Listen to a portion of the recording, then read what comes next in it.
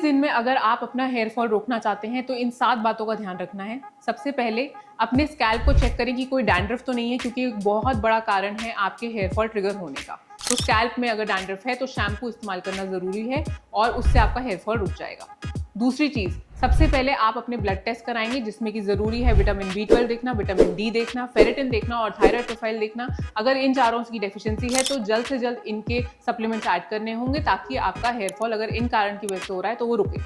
तीसरी चीज़, एक अच्छा हेयर मल्टीविटामिन लेना, क्योंकि उसमें अगर आपके पास बायोटिन है 30 mcg के जितना, तो वो आपके हेयर फॉल को कम ही करेगा, साथ में आपकी रूट्स को स्ट्रॉन्ग करेगा, ताकि जल्दी हेयर ग्रोथ भी प्रमोट हो। चौथी चीज़ जिसका आपको ध्यान रखना है वो ये है कि स्कैल्प को क्लीन रखना है, यानी कि हफ्ते में 2 से 3 बार आपने शैम्पू करना ही करना है, क्योंकि अगर स्कैल्प हाइजीन मेंटेन होगा तो आपकी अच्छी ग्रोथ होगी, साथ में बाल स्ट्रॉन्ग रहेंगे और फिर से टूटने वाले फेज में नहीं जाएंगे। पांचवी चीज़ जिसका आपको ध्यान रखना है कि जब भी आप हेड वॉश करें, कम से कम हफ्ते में 2 बार आप हेयर कंडीशनर इस्तेमाल करें, क्योंकि हेयर कंडीशनर से बाल कम फ्रिजी और ड्राई होंगे, तो डीटैंगलिंग आसान होगी और उससे आपके बाल कम टूटेंगे। सातवीं चीज़ जिसका आपको ध्यान रखना है कि अगर आपको हेयर फॉल हो रहा है तो एक अच्छा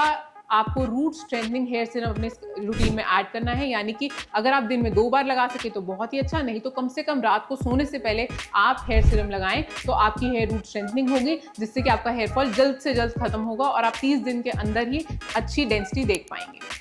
अब ये 7 बातों के अलावा 2 बातें हैं जो मैं आपको क्विक टिप दे रही हूँ, जो आपके लिए ज़रूरी है कि अगर आपको हेयर फॉल हो रहा है, जल्दी से जल्दी मिनॉक्सिडिल पे नहीं कूदिए, क्योंकि मिनॉक्सिडिल आपके हेयर फॉल को और ज़्यादा ट्रिगर ही करेगा, तो प्लीज़ उसका इस्तेमाल ना करें, नहीं तो आप परेशान होंगे। दूसरी चीज़, अगर आपने 30 दिन तक ये सारी चीज़ें कर ली जो मैंने 7 बातें बताई हैं, और उसके बाद भी आपको लग रहा है कि हेयर लॉस मेरा या हेयर फॉल नहीं रुक रहा, तो definitely it is time for evaluation कि कहीं ये हार्मोनल हेयर फॉल तो नहीं है, क्योंकि अगर कोई न्यूट्रिशनल डेफिशिएंसी होती या कोई और ऐसा कंडीशन होती तो आपका हेयर फॉल अब तक रुक जाता। अगर वो नहीं रुका है तो ये डेफिनेटली हमारा हार्मोनल है, और इस केस में हमें DHT ब्लॉकर का इस्तेमाल करना हो सकता है ज़रूरी हो, या फिर रिस्टोरेटिव थेरेपीज यानी कि PRP GFC, जो आपके बालों का हेयर फॉल रोकेंगी और आपका हेयर ग्रोथ भी प्रमोट करेंगे।